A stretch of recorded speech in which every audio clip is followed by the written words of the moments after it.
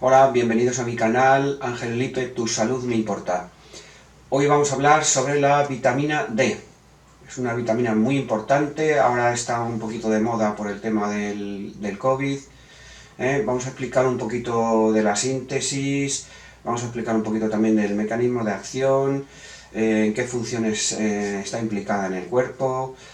Vamos a ver qué ocurre qué enfermedades puede haber en el déficit de vitamina D. Veremos qué ocurre también en el exceso de vitamina D. Y qué alimentos tienen vitamina D, cuántos tienen más, cuántos tienen menos, cuáles son los valores normales de la vitamina D. Vamos a ver un poquito todo, que entendamos todo esto muy bien, ¿vale? Empezamos. Bien, lo primero que vamos a ver es cómo están clasificadas las vitaminas. Las vitaminas están clasificadas en dos grupos principales, que son las vitaminas hidrosolubles y las vitaminas liposolubles. Vale. Dentro de las liposolubles, que son la A, D, E, K, estas cuatro vitaminas, que son las liposolubles, son las que más cuidado hay que tener. Me refiero al exceso. Estas vitaminas se disuelven, como se llaman liposolubles, se disuelven en grasas, entonces se acumulan en el cuerpo, en el tejido adiposo. Entonces hay que tener mucho cuidado con el exceso de estas vitaminas, también con el defecto, por supuesto, pero con el exceso, porque el exceso de estas vitaminas puede ser tóxico. Entonces, lo vuelvo a repetir, A, D, E, K. Liposolubles, cuidado con el exceso. Las otras, las hidrosolubles, grupo de vitaminas B, que son las más conocidas, el exceso se elimina, no se acumula, entonces no son tan problemáticas. Pero estas, y sobre todo la vitamina D, sí que el exceso puede ser un problema. Bien, lo primero que vamos a ver es un poquito de la síntesis de la vitamina D. Vamos a ver un poquito, sin extendernos mucho y sin complicarlo demasiado. Pero es importante porque vamos a entender por qué ocurren los déficits de vitamina D, por qué cada vez hay más déficit en más población de vitamina D. Bien, del compuesto del que se parte es del 7-dehidrocolesterol. Es un derivado del colesterol, para que veáis que el colesterol es importante en el cuerpo, tiene que estar y se utiliza para muchos procesos. Vale. A partir del 7-dehidrocolesterol y en las capas externas de la piel, mediante la luz ultravioleta del sol, se transforma este 7-dehidrocolesterol en la previtamina D3. Entonces, a partir de esta previtamina D3 y por un proceso que no es enzimático, se transforma en las capas interiores de la piel en la vitamina D3 o colecalciferol. Todavía, en este paso, que es en las capas internas de la piel, esta vitamina D3 todavía no es activa. Bien, esta vitamina D3, que se sintetiza en las capas internas de la piel, también es la vitamina que se obtiene de la ingesta de alimentos. ¿Vale? Entonces tenemos dos fuentes, por la piel, que es una de las fuentes principales, y también de la ingesta de alimentos. Esta vitamina D3 todavía no activa, se puede almacenar en tejido adiposo, o se puede transportar a hígado. El hígado lo que hace, mediante un proceso enzimático, es activar esta vitamina D3 y la transforma en la 25-hidroxivitamina D3. Bien, todavía no es activa esta vitamina. A esta vitamina se le llama calcidiol, lo digo como un apunte nada más, y luego, mediante un proceso enzimático y en el riñón, se transforma en la 25-alfa-hidroxivitamina D3. Esta ya es la vitamina D3 activa. O sea, el último paso es el riñón que la activa. Vale. Se llama, como apunte, se llama calcitriol. que es la vitamina D3 activa. Vale. En resumen, esto es la síntesis de vitamina D3. Dos puntos, o sea, se sintetiza en la piel o se ingiere. Pero luego las dos tienen que ser activadas. Están en un primer paso por el hígado y en un segundo paso por el riñón. Vale. Bien, vamos a ver un poquito del mecanismo de acción. El mecanismo de acción de la vitamina D3 es complicado, entonces vamos a resumirlo y vamos a verlo un poquito. Hemos dicho que el último paso es la activación en el riñón y es la 25-alfa-hidroxi vitamina D3, que es el calcitriol. Vale. Este calcitriol lo que hace es meterse en las células y concretamente dentro de las células, en el núcleo de las células, y activa una serie de genes la activación de estos genes se traduce en las funciones que luego veremos de la vitamina D3. Aparte de todo esto, la producción, la activación de esta vitamina D3 está activada también por una hormona que se llama hormona paratiroidea, que se segrega en las paratiroides, que son unas glándulas que están situadas por debajo del tiroides. ¿Vale? En resumen, lo dejamos así en el tema del mecanismo de acción. Entonces, vamos a ver un poquito funciones de la vitamina D, el calcitriol, que es la activa.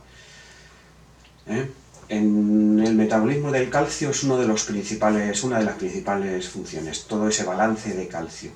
La concentración de calcio en sangre, en el suero, tiene que ser lo más estable posible.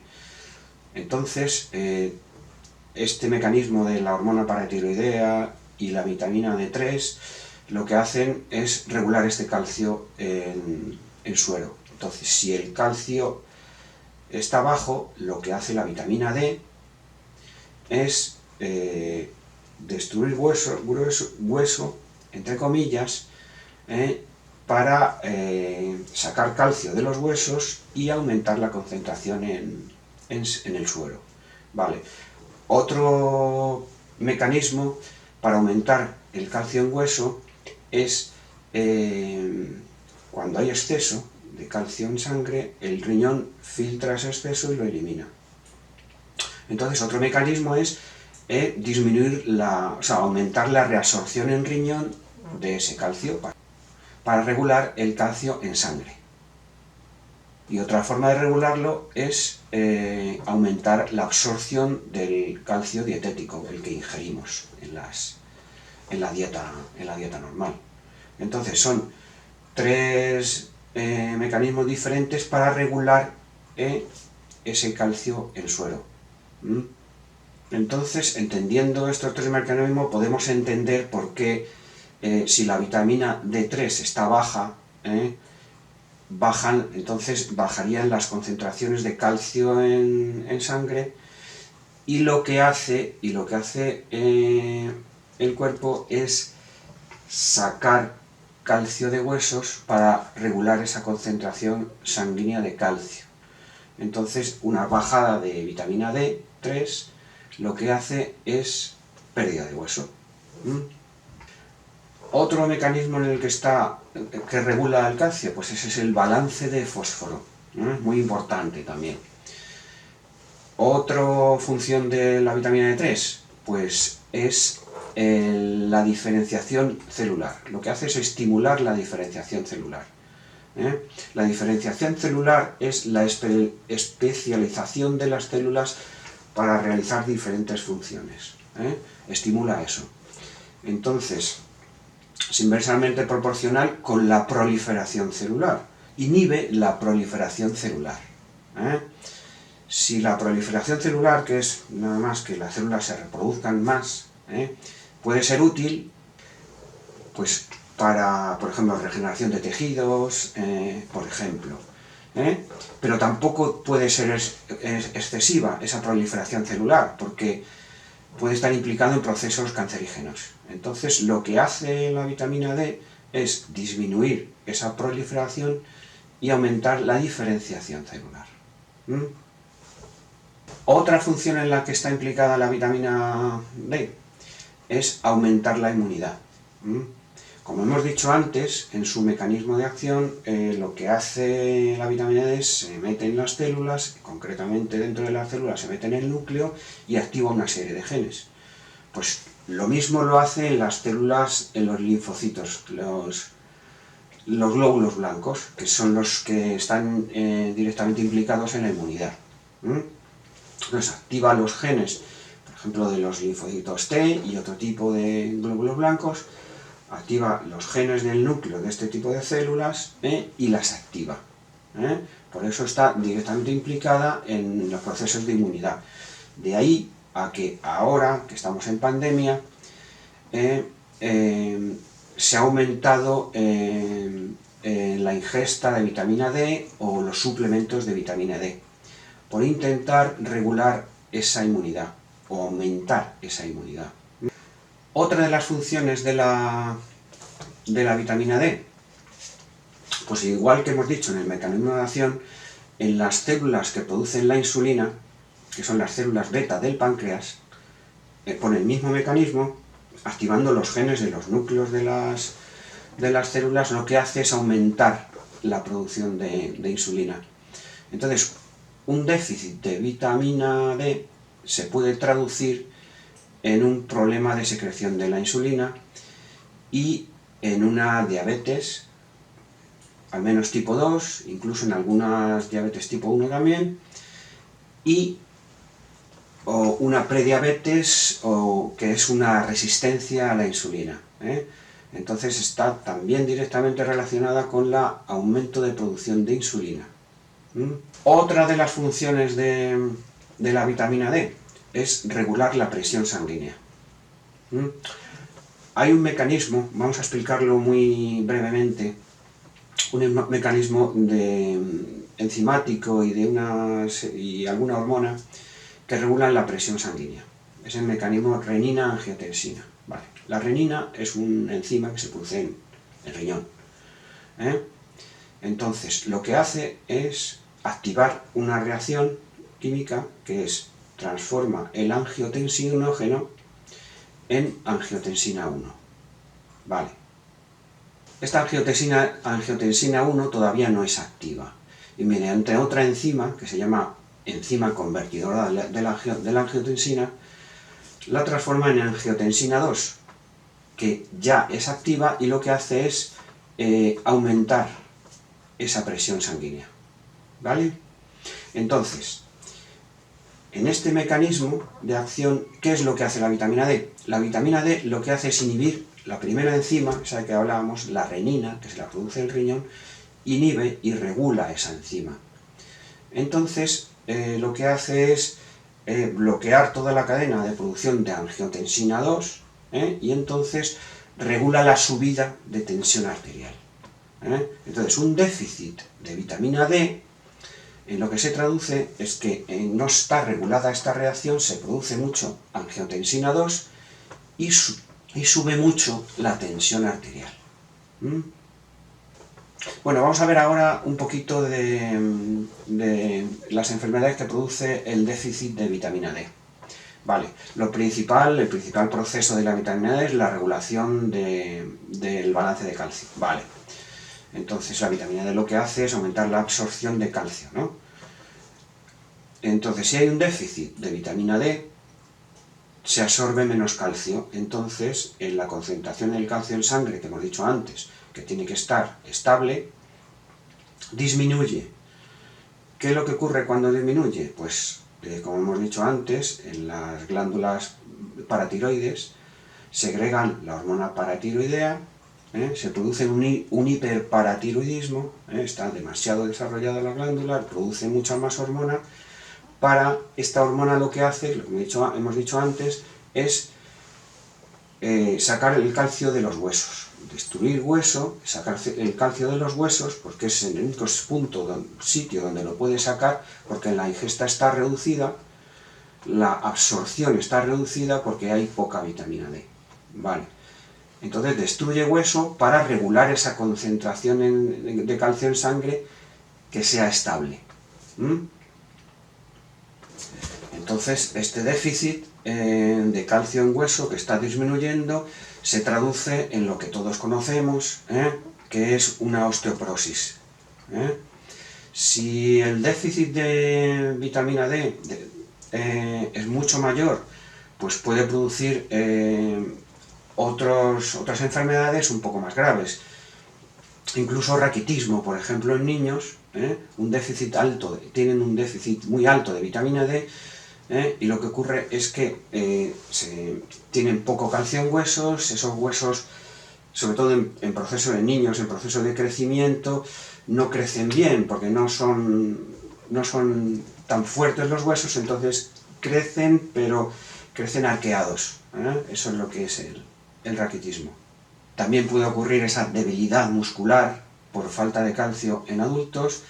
A esto se le llama osteomalacia, que es huesos blandos, y es un déficit incluso más grande que en determinadas osteoporosis. Otra enfermedad que puede ocurrir por déficit del calcio es una debilidad muscular. Es una debilidad muscular y un dolor muscular persistente no específico. Lo específico no es causado por otras enfermedades, por otros déficits, otras enfermedades. Como hemos dicho antes, un déficit puede producir hipertensión, y en determinados casos de dermatitis atópica ocurren por un déficit de vitamina D, porque está implicada en regulación de procesos inflamatorios, que es lo que es en parte la dermatitis atópica, es un proceso inflamatorio. Otra cosa que puede producir este déficit de vitamina D, pues es una insuficiencia cardíaca congestiva. Bien, lo que vamos a ver ahora es qué población tiene más riesgo de sufrir este déficit de vitamina D. Es fácil de intuir, porque la vitamina D la adquirimos mediante síntesis en piel o por los alimentos. Entonces, pues eso, en determinados países o en lugares donde hay poco sol, si hay poco sol, pues no se puede sintetizar la vitamina D en piel, que es una de las principales fuentes de vitamina D. También, por ejemplo, en determinadas razas o determinadas culturas en los que hay mucha ropa. Hay determinados lugares en que las personas están demasiado cubiertas de ropa y entonces no hay zonas de piel expuestas para que esos rayos ultravioletas ayuden a sintetizar la vitamina D. En poblaciones, en razas en las que tienen la piel oscura, es más difícil que se sintetice también esa vitamina D. En lactantes, por ejemplo, en determinados lactantes en el que no se le dan suplementos de vitamina D, puede haber un déficit. Por eso es muy importante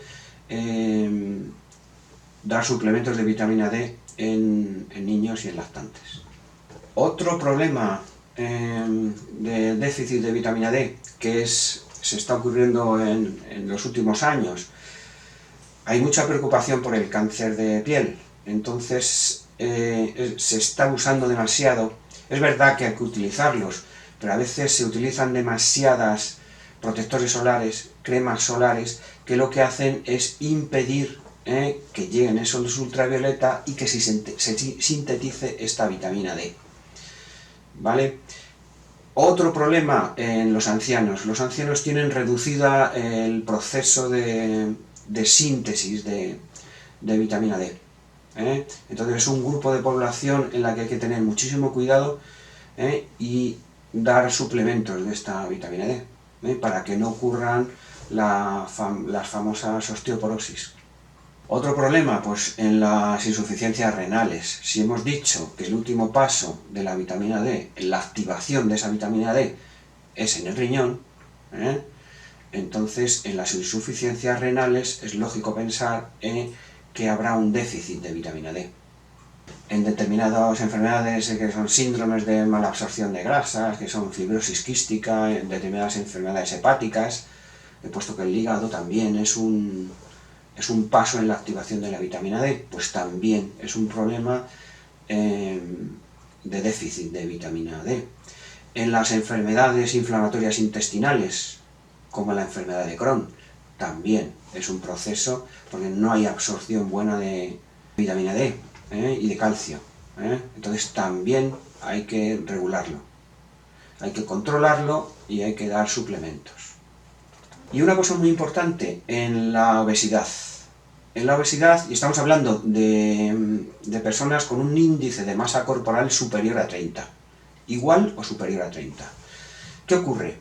Hemos dicho que la vitamina D es una vitamina liposoluble. Entonces, y hemos dicho que parte de esa vitamina D se acumula en tejido adiposo. Entonces, en estas personas, que hay mucho tejido adiposo, hay mucha más vitamina D acumulada. Entonces, esa vitamina D es menos biodisponible. Entonces, realmente está acumulada ahí, pero al ser menos biodisponible, se utiliza menos y hay un déficit al final de esa vitamina D, que se puede solucionar regulando ese peso. También puede haber un déficit de vitamina D cuando el magnesio está bajo, porque el magnesio lo que hace es regular ciertas enzimas de lo que explicamos al principio, de esa síntesis y activación de esa vitamina D. Pues esas enzimas están reguladas por el magnesio. Entonces un déficit de magnesio produce un déficit de síntesis de vitamina D. Entonces es importante también tomar suplementos de magnesio y que ese magnesio esté en condiciones. Bueno, vamos a ver ahora los indicadores de vitamina D en sangre.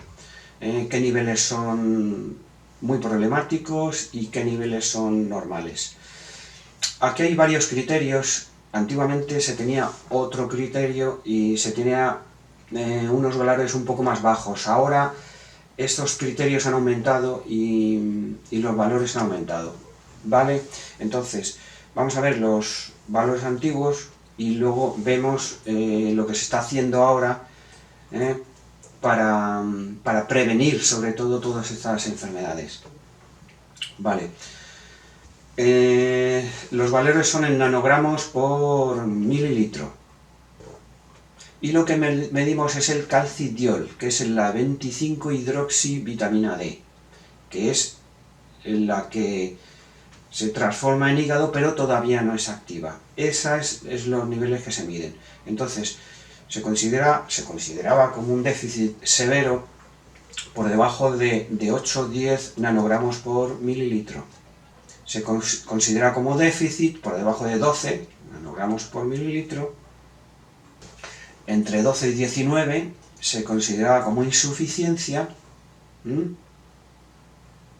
Y entre 20 y 50 nanogramos por mililitro se consideraba como suficiente. Pero ahora han variado los criterios y para prevenir, para mantener esos niveles de vitamina D, mejor han aumentado los criterios.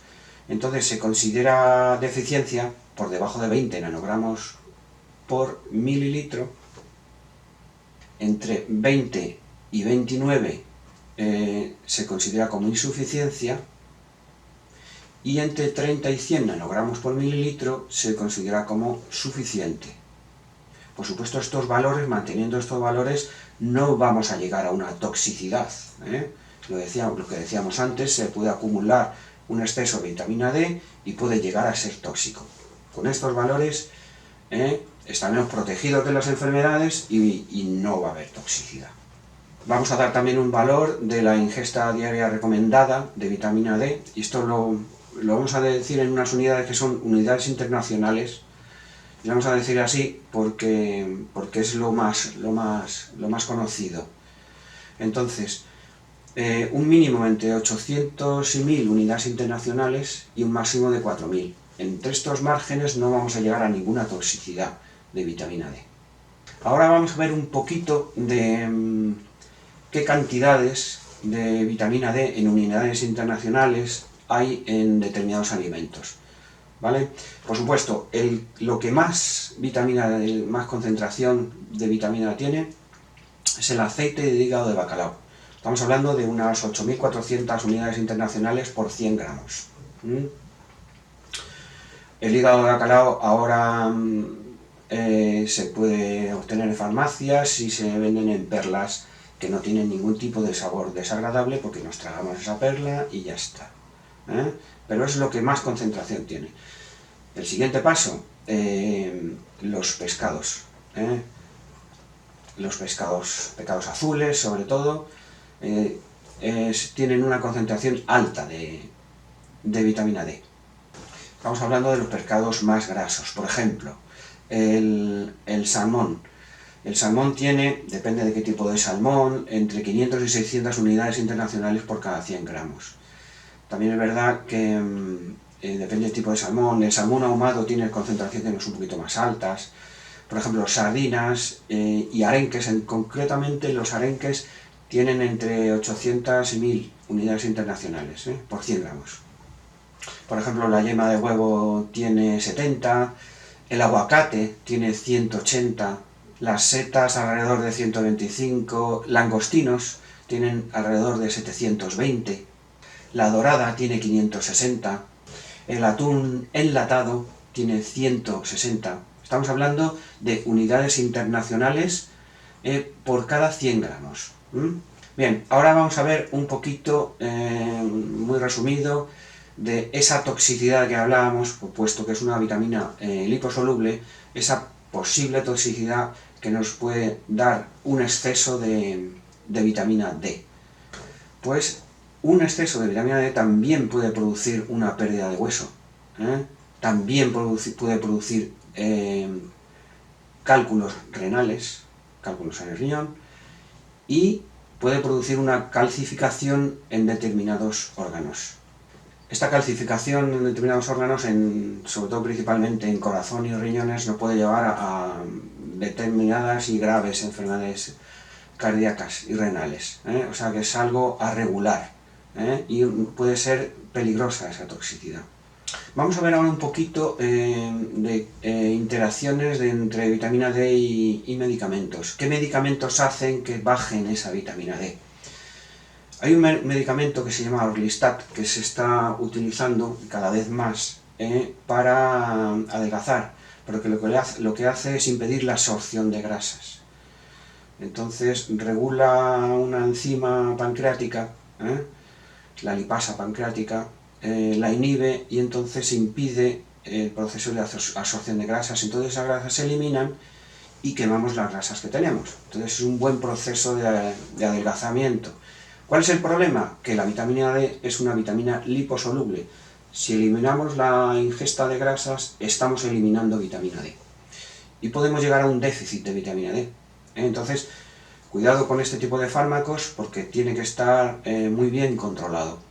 Hay otros fármacos como son la fenitoína, carbamazepina y rifampicina que lo que hacen es disminuyen la vitamina D por otro mecanismo, que es el aumento del metabolismo de esa vitamina D. Entonces, en este tipo de fármacos, normalmente cuando hay este tipo de tratamientos, el médico ya lo está teniendo muy en cuenta. Y una serie de fármacos que se están utilizando mucho, que son los inhibidores de la bomba de protones, el famoso omeprazol, pantoprazol y todo lo de esa familia, hay que tener mucho cuidado con ellos porque sí que pueden producir un déficit de vitamina D. Entonces, nunca abusar de ellos. Y si tomamos tratamiento es bajo control médico, porque el médico sí que va a tener en cuenta este déficit y de vez en cuando hará alguna analítica o nos dará algún suplemento. Pero si lo tomamos por nuestra cuenta, no vamos a tener ese control y podemos llegar a tener un déficit de vitamina D y las consecuencias ya las hemos visto. Bien. Un fármaco muy utilizado, que es el ketoconazol, que es un antimicótico. Estoy hablando porque los hay en cremas, pero estoy hablando en ketoconazol tomado, vía oral, comprimidos. ¿eh?